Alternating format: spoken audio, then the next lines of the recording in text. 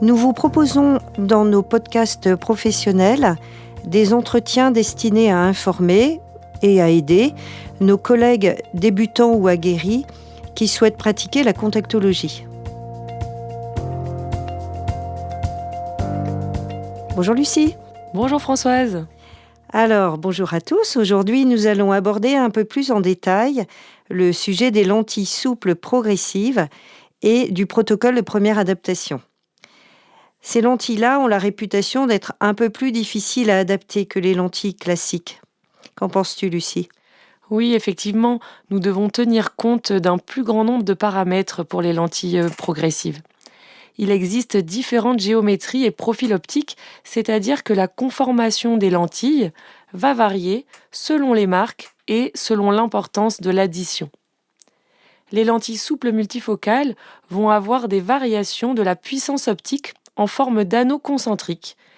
Il en existe sur le marché avec une vision de près centrale et d'autres avec une vision de loin centrale. Nous allons pouvoir associer sur les deux yeux deux lentilles de même géométrie ou deux lentilles de géométrie inversée. Sur un œil, une vision de près centrale et sur l'autre, une vision de loin centrale. Nous pouvons aussi encore associer une lentille multifocale avec une lentille non progressive. Dans certains cas, on appelle cela la monovision aménagée. Certains profils vont mieux convenir à certains patients, mais c'est souvent nécessaire de faire plusieurs essais avant de trouver les bons paramètres.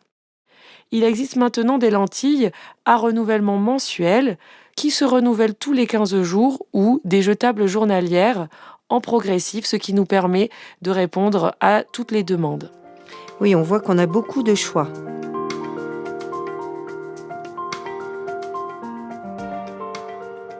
Alors maintenant, pour le patient, quelles sont les premières informations à recueillir et comment savoir si notre patient va être un bon candidat ?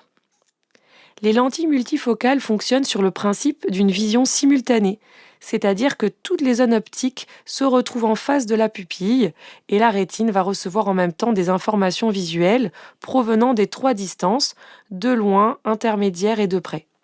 C'est le cerveau qui va faire le tri entre les différentes images. Cela prend un certain temps d'adaptation.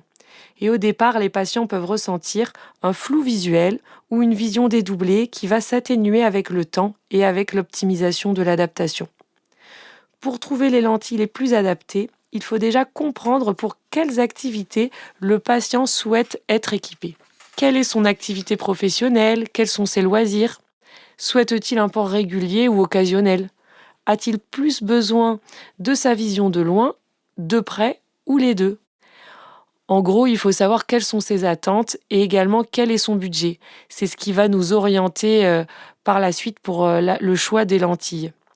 Si le patient est trop exigeant visuellement, il risque d'être déçu car cette adaptation repose sur un compromis visuel entre la vision de loin et la vision de près. Donc il faudra vraiment le prévenir en amont de ce qu'il pourra obtenir avec ses lentilles.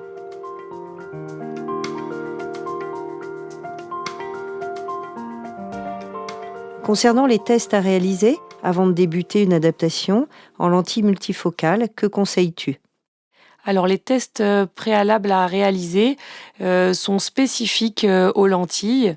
Tout d'abord, la réfraction doit rechercher le maximum convexe tolérable permettant de lire 10 dixièmes, c'est-à-dire soit la valeur d'hypermétropie maximale ou de myopie minimale supportée par le patient en vision de loin.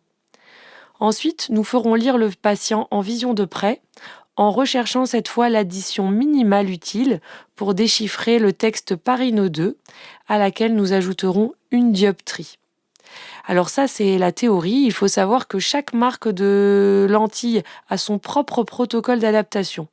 Mais globalement, en partant de ces premières mesures, nous avons déjà de bonnes bases.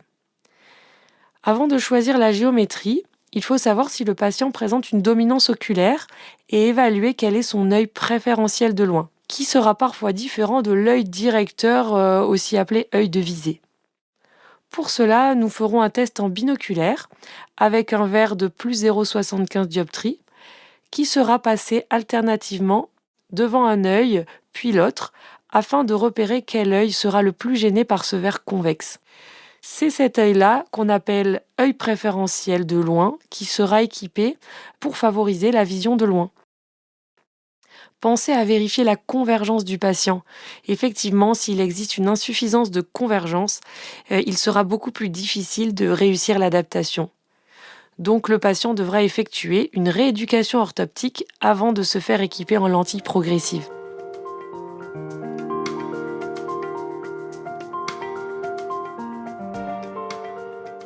Alors, comment sélectionner une bonne lentille pour son patient, maintenant qu'on a vu tout le travail en amont? Alors bien sûr, c'est au cas par cas, mais dans les grandes lignes, les patients qui ont une réfraction assez symétrique seront équipés avec une géométrie identique sur les 2 yeux. Et les patients anisométropes, plutôt avec des géométries inversées. Les hypermétropes seront équipés avec des lentilles à vision de près centrale et les myopes préféreront des lentilles à vision de loin centrale ou alors une géométrie inversée. Et pour mon patient qui présente un astigmatisme, comment on va le gérer?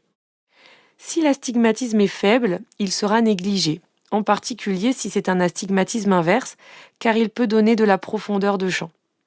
L'acuité visuelle sera réalisée alors en équivalent sphérique. Si l'astigmatisme est supérieur à une dioptrie, le fait de ne pas le corriger va vraiment pénaliser la vision de loin. Heureusement, maintenant, nous avons la possibilité de prescrire des lentilles multifocales toriques qui existent en renouvellement mensuel. Oui, c'est vraiment pratique. Alors, comment on va maintenant optimiser l'adaptation sur les yeux de nos patients?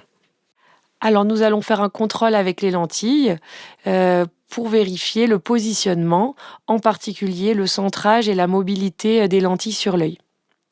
L'évaluation de la vision est faite en binoculaire et on ajoute ou on retire 0,25 sur un ou sur les 2 yeux pour optimiser en fonction des plaintes.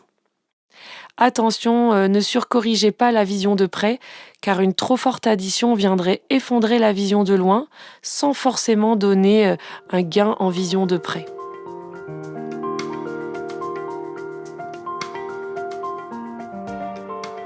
Alors, notre patient, qu'est-ce qu'il peut attendre d'une adaptation en lentille multifocale? Le patient pourra se passer des lunettes dans la majorité de ses activités. Il faut savoir que la vision ne sera pas exactement la même qu'en lunettes progressives. Il y a souvent un léger flou qui s'atténue au fil du temps. On privilégiera souvent la vision de loin et le patient pourra être amené à rajouter une petite paire de lunettes de lecture pour lire les plus petits caractères ou pour des activités de précision. Je préviens les patients qu'il ne faut pas compter coudre ou s'épiler avec les lentilles, de même que la conduite nocturne ne sera pas optimale et souvent perturbée par des halos. La lecture devra se faire dans une ambiance bien éclairée. Certains patients pourront lire 10 dixièmes par Rhino 2, mais beaucoup seront déjà satisfaits par 9 dixièmes par Rhino 3. Pour les porteurs les plus exigeants, pour qui même 10 dixièmes de loin et de près n'est pas suffisant pour leur activité, ils devront retourner aux lunettes progressives qui permettent une vision plus nette et stable dans la journée. Merci Lucie, on voit que finalement les lentilles progressives, ce n'est pas si compliqué. Nous avons en effet de plus en plus de demandes de nos patients presbytes, donc n'hésitez pas à vous lancer. Nous vous retrouverons bientôt pour un prochain podcast. Retrouvez-nous sur notre site internet campusmenicon.fr. Le Campus Menicon, c'est plus de 80 formations en ligne et des accompagnements techniques personnalisés adaptés à vos besoins.